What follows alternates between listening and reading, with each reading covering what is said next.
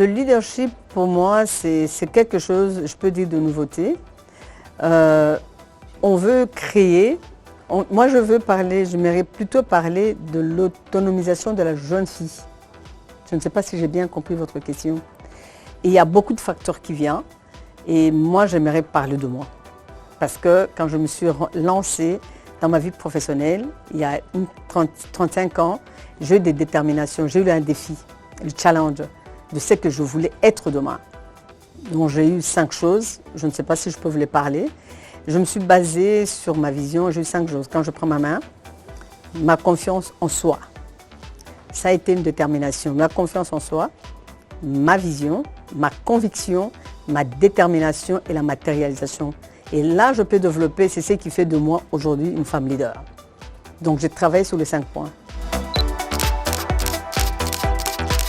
Je me base sur l'échange. Comme FIED, le leadership, c'est d'abord l'information, savoir qu'est-ce que l'autre fait. C'est comme ça qu'aujourd'hui, je me base aujourd'hui au niveau d'Afrique. Ça a été une motivation pour venir ici à Dakar, pour voir les autres femmes africaines. Elles ont peut-être l'information qu'on n'a pas chez nous au Congo, mais en se mettant ensemble, j'apprends beaucoup. Comment la femme sénégalaise se prend en charge et le potentiel qu'elle a dans son pays. Cet échange nous aide à aller de l'avant. Tout ensemble, ça nous donne cet éveil en disant la femme sénégalaise, guinéenne ou quoi, sa façon, parce que chaque pays a ses difficultés. Les difficultés qu'on a au Congo, ce n'est pas les mêmes difficultés que le Sénégal a. L'expérience de la femme sénégalaise, d'une femme d'un autre pays, les échanges nous aident à voir les choses différemment. Je ne sais pas si... c'est cette communication et cet échange qui nous aide à aller de l'avant et que tu as un autre regard, un autre jugement qui peut te booster, tout simplement.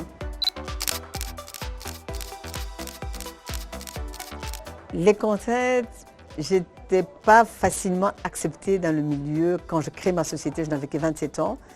Et je pense que j'étais la première jeune fille dans ma province de me lancer dans le secteur minier.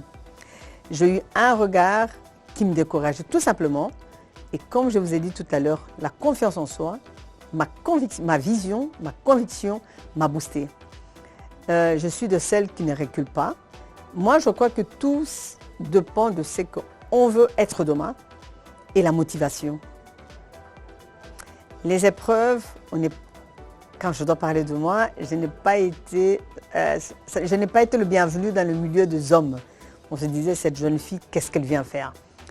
C'est ma détermination qui m'a démarquée en créant ma société et que je me suis battue. J'ai travaillé 4 fois plus que les hommes pour avoir les résultats que j'ai aujourd'hui.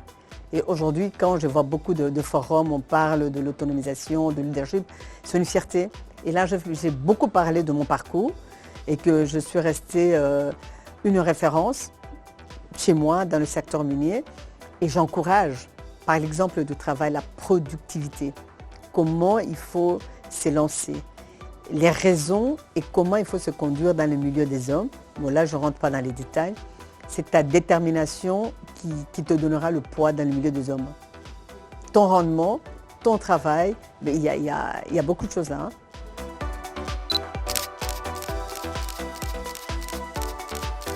C'est une question d'organisation. Ma maison et mon travail, il faut faire la part de choses. Il est vrai que c'est question d'être organisé et en se disant on est mère d'abord. Moi je suis grand-mère, je suis mère. Chaque chose planifiée selon l'image que vous voulez donner. Il faut travailler de cette image. Il faut faire la part de choses quand on est dans le privé, on est dans la société. Ton attitude, ton comportement, tenue vestimentaire, toujours.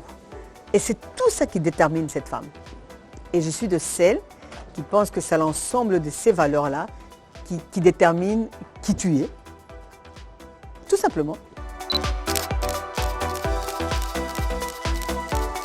S'informer, ne pas lâcher, la confiance en soi, et je pense avec ces valeurs, tout en gardant sa place dans la société, en se disant, je suis une mère d'abord, parce que je pense qu'une mère doit avoir une attitude d'une femme responsable.